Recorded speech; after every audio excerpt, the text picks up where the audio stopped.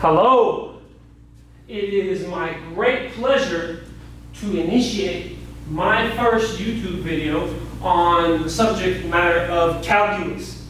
Now, we'll be talking about critical points, concavity, and extrema per a request of one of my students. Now, let's discuss these topics utilizing some arbitrary graph. Let's say we have some graph here, okay? And it starts off like this and it's done like that.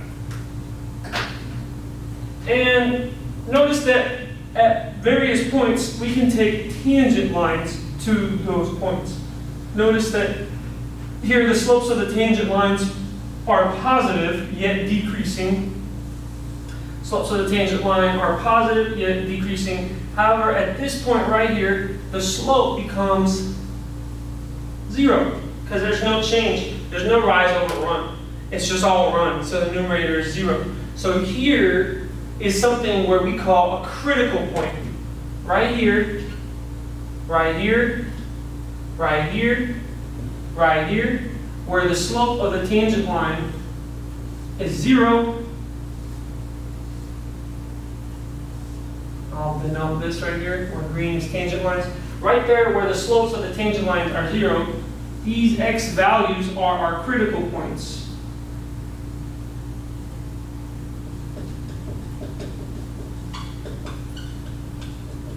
They're called critical points because it is precisely at those points where the value of the slope changes from either positive to negative or from negative to positive. Matter of fact, the value of the slope there is precisely 0, meaning at that point, the tangent line is straight, it's constant. What does this mean? Well, let's say we have some function, f of x is equal to 3x cubed plus, that's a 3 cubed, 3x cubed plus 2x squared, okay? Here's our f of x. We want to know where are the critical points, okay? Number one, topic number one, critical points. Well, first we utilize the differential operator, ddx of f of x, which we typically in calculus denote as f prime of x. That's dx of 3x cubed plus 2x squared. Since the differential operator is linear, it distributes to both these terms.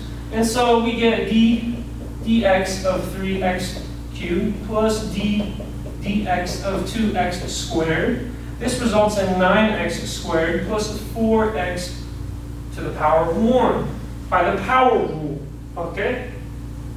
This is, in fact, our f prime of x. F prime of x is the function that tells you the slope values at the various x. So if this x is, let's say, 2, then f prime of 2 would tell you not where the function is at, but the slope value at that region of the function. The slope of the tangent line at that region of the function is what this function outputs. So this output here, it outputs the values of slopes at the regions of that function. It's a very useful tool. And if we're searching for critical points, we're searching for values in which that is equal to 0. So we'll set this function, 9x squared plus 4x equal to 0 to solve for the critical points. Notice that at this point, it's not able to be factored. Maybe we can possibly adjust this. We want to be able to solve for x. So notice that this function, we are not allowed to factor out something nicely in order for it to solve for x. Maybe if I were to modify the problem and have this be some number that we are able to factor, notice that right here we don't have to modify it. I spoke too soon. We have factor out of x here. We have 9x plus a 4, correct? I set this equal to 0. No need for modification. I, for some reason, had a lapse in judgment. All you really need to do is factor out the common term x here. This has an x in it and that has an x in it. So when we factor out that x, we have x factor down here. So you can use the zero product rule, which means some number times another number. If their product is 0, then you can set both terms equal to 0, because logically, either this is 0 or that is 0.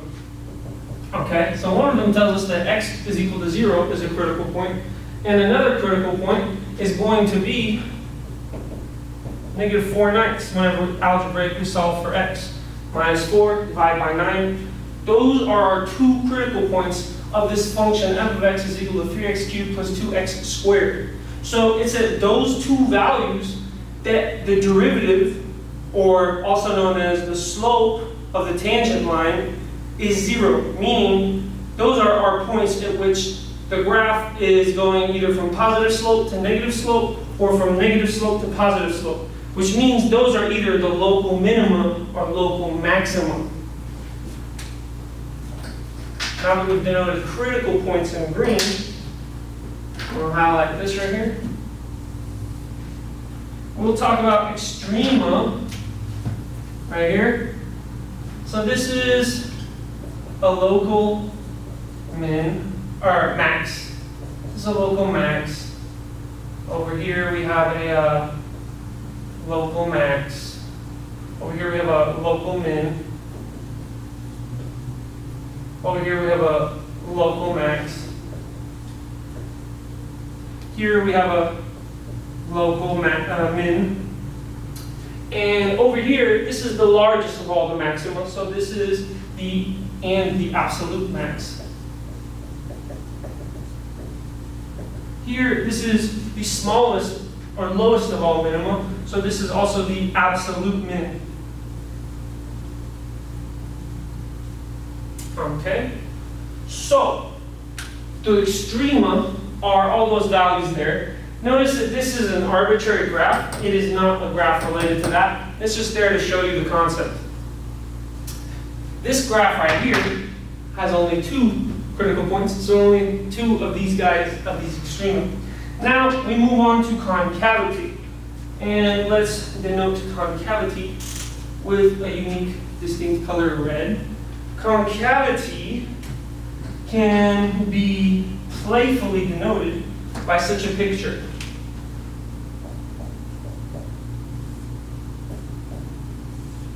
Where this positive indicates that d squared dx squared greater than 0 implies it's concave up.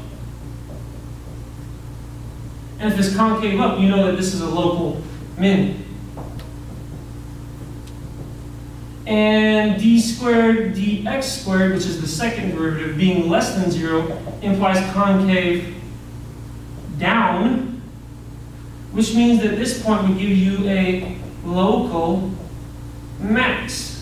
So, in order for us to analyze this function f of x, I'm going to have to clear up some real estate. We're going to have to see first what its second derivative is. Second, what are the numerical outputs of the second derivative at various points about those critical points.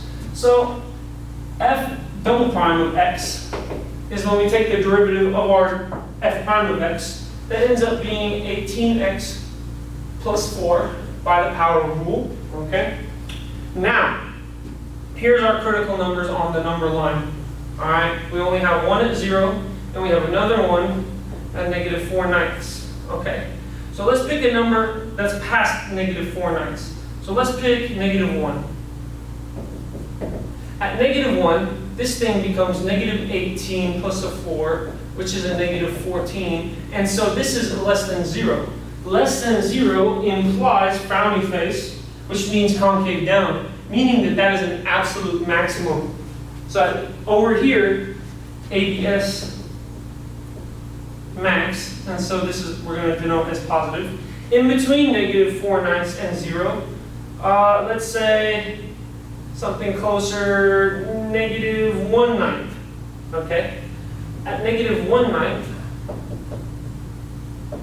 I have 18 times a -1/9 plus a 4. That just gives me a -2 plus a 4, which is +2. So over here it's positive. And so notice that